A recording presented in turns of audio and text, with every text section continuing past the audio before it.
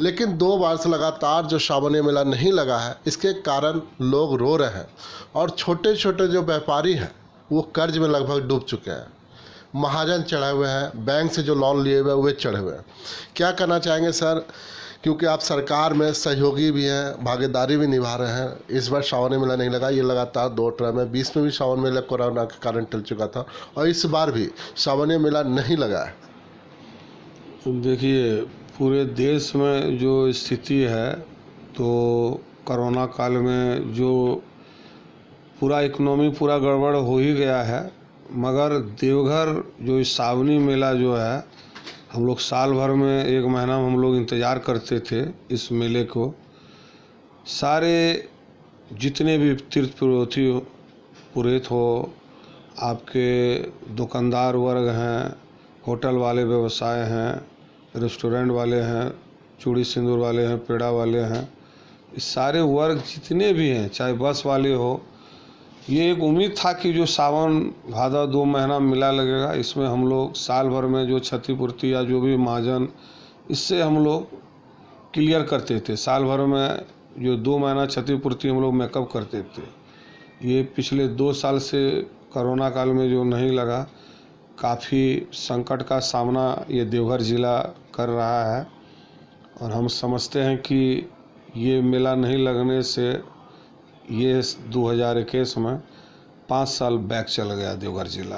देखिए, सरकार भी एक क्षमता भर आदमी करेगा। सरकार भी 2 साल बनने में कोरोना काल में का संकट का सामना करना पड़ रहा है और सरकार पूर्ण रूप से अस्थिर से चल नहीं पा रहा है, चूँकि बहुत बड़ा समस्या कोरोना काल में मेडिकल सुविधा उपलब्ध नहीं रहने के कारण 20 साल जो है बीजेपी का यहाँ पर गवर्नमेंट सरकार रही, मगर उन्होंने डेवलप नहीं किया।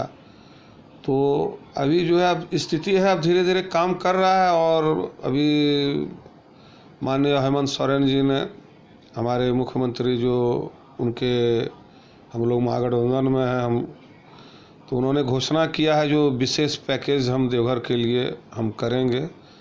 अब है कि यहाँ के डीसी जो भी हैं वो उनको बात रखे और सही रूप से अपना आगे, और जो भी है हमारे माननीय बादल जी अभी मंत्री हैं, बात को हम लोग रखेंगे और इसमें देखते हैं जहाँ तक होगा। दुकानदार या पंडित जी हैं, दुकान या आपके जितने भी बाहर से आते थे जो यहाँ बसे हुए हैं, उनके लिए भी विशेष हम लोग रखेंगे, मांग रखेंगे हम लोग। जहाँ तक आर्थिक पैकेज उनको दिया जाए, मिलना चाहिए, चूँकि 2 साल से हम लोग मेला नहीं लग रहा है और हम समझते हैं सबसे ज़्यादा ट्रांसपोर्टर, स्कूल वाले, होटल रेस्टोरेंट वाले, ये सब ज़्यादा प्रभावित हैं, चूँकि टैक्स हम लोग को देना पड़ता है, गाड़ी चले या नहीं चले। अभी टैक्स माफ़ी के लिए घोषणा किया है सरकार ने, तो काफ़ी माफ़ी जो है मतलब ड्यू चल रहा था। लोगों का कहना है सर कि बड़े बड़े मंदिर खुल गए, वैष्णो देवी का दरबार खुल गया, उज्जैन महाकाल खुल गया, फिर बनारस खुल गया, तारापीठ का माँ का दरबार खुल गया, तो देवघर के मंदिर को खोलने में क्यों हिचकिचाहट है? क्यों नहीं जो वैक्सीन ले लिए हैं एक नियम के अनुसार एक लिमिट संख्या में प्रवेश करने का इजाज़त दे सरकार? लोग कह रहे हैं कुछ भी लोग आएंगे, 1000 लोग भी अगर रोज़ आते हैं दर्शन, कुछ ना कुछ तो आमदनी लोगों की निश्चित होगी। इसमें सबसे बड़ी जो है अभी सिटिंग विधायक जो है, इन्होंने ढंग से प्लेसिंग नहीं कर पाते हैं ये, जिसके कारण जिला को नुकसान का सामना करना पड़ रहा है। अगर यही महागठबंधन की जो थे पूर्व में जो थे सुरेश पासवान, अगर वो रहते तो वो अपना बात रखते, जनता को समझाना चाहिए था। आज महागठबंधन की सरकार है, बात वो रख नहीं पाते हैं अपना।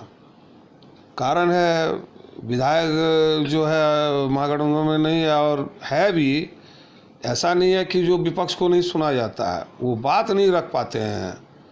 क्या यहाँ डिमांड है, क्या है? पिछले आप देख रहे हैं कि निगम का भी जो है मेयर, उनका भी अवधि पूर्व गया है, ढंग से कोई यहाँ नेतृत्व नहीं कर पा रहा है।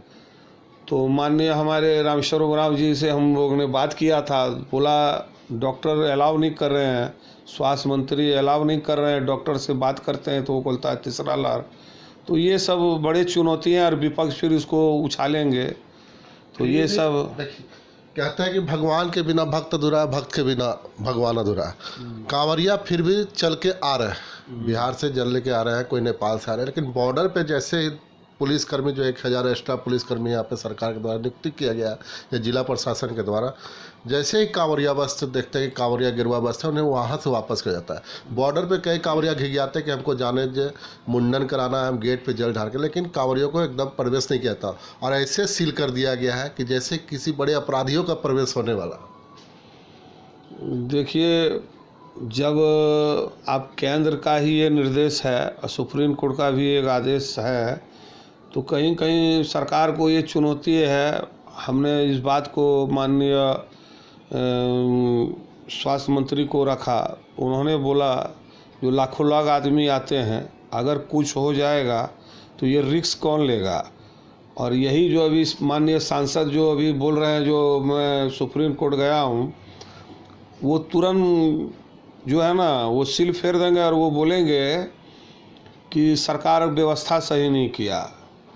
अभी वो बोल रहे हैं ना, तो वो सिर्फ खाली वोट बैंक का यहाँ वो खाली बात अपना बनाने के लिए जनता को बेवकूफ़ बनाते हैं। मतलब मंदिर पे राजनीति हो रही है, एकदम निश्चित रूप से हो रही है। आप सत्ता में 20 साल रहे, क्यों नहीं आपने डेवलप किया? यहाँ पूरे झारखंड में कोई डेवलप नहीं है। ये कोरोना काल में मैं झारखंड नहीं पूरे देश में हम समझता हूँ जितने भी हॉस्पिटल दुरुस्त किया गया, आज तक ऐसे हॉस्पिटल को उतना दुरुस्त नहीं किया गया था। देखिए, केंद्र सरकार का जो रवैया है, पेट्रोल डीजल में बढ़ोतरी, गैस में बढ़ोतरी, सरसों तेल में, खाने पीने में, दाल, लहर दाल, मूंग दाल, कोई ऐसा वस्त्र नहीं है। आप जैसे डीजल आप बढ़ाइएगा तो ट्रांसपोर्टिंग बढ़ जाएगा, फल में वृद्धि हो जाएगी, सब्जी भी कहीं कहीं से आता है, तो वो ऑटोमेटिक है कि वो वृद्धि होगा ही। अब महंगाई सीमा इतना लांघ गई है जिसका कोई वर्णन नहीं है। हम समझते हैं जिस समय केंद्र में ये सरकार को जब मनमोहन सिंह की थी, तो गैस और डीजल के लिए मुद्दा काफ़ी लोग हंगामा किए थे और लगातार अभी कंटिन्यू अभी मोदी सरकार है। हम समझते हैं कि वो अभी तक उस बात को ध्यान से नज़रअंदाज कर रहे हैं मोदी सरकार। और हमारे माननीय राहुल जी, सोनिया गांधी, मेरे जितने भी हैं यूपीए सरकार, पूरा जो है अपना लड़ाई लड़ रहा है और लड़ाई में हम लोग जीतेंगे। आज हो या कल हो, अगर ये सरकार नहीं करेगी, 2024 में केंद्र में हम लोग आएंगे और पहला एजेंडा सरकार का ये रहेगा कि तीनों कानून रद्द। माननीय राहुल गांधी जी ने इसको घोषणा भी कर दिया है। निश्चित तौर पे इन्होंने कहा कि जिस तरह मोदी का प्रचार करते हुए और सोशल मीडिया का तारीफ करते हुए उन्होंने कहा कि सोशल मीडिया जो है सही तत्वों को ला करके जनता के बीच पहुंचा रही है और निश्चित तौर पे 2024 में जो है इस महंगाई के कारण केंद्र की सरकार डूब जाएगी। तो इन्होंने अपनी बातों को रखा और इन्होंने कहा कि श्रावण मेला नहीं लगने का एक मेन कारण है ये कोरोना काल, और सरकार हेमंत की सरकार जो है आर्थिक पैकेज की तैयारी कर रही है कि श्रावण मेला नहीं लगा है तो वहाँ जो दुकानदार हैं, जो फूल बेलपत्र बेचने वाले हैं या टेम्पू चालक हैं, उन लोगों तक आर्थिक मदद पहुँचाया जाए। तो बने रहिए हमारे साथ, देखते रहिए भी भारत और खबरों की तह तक। दीजिए मुझे इजाज़त।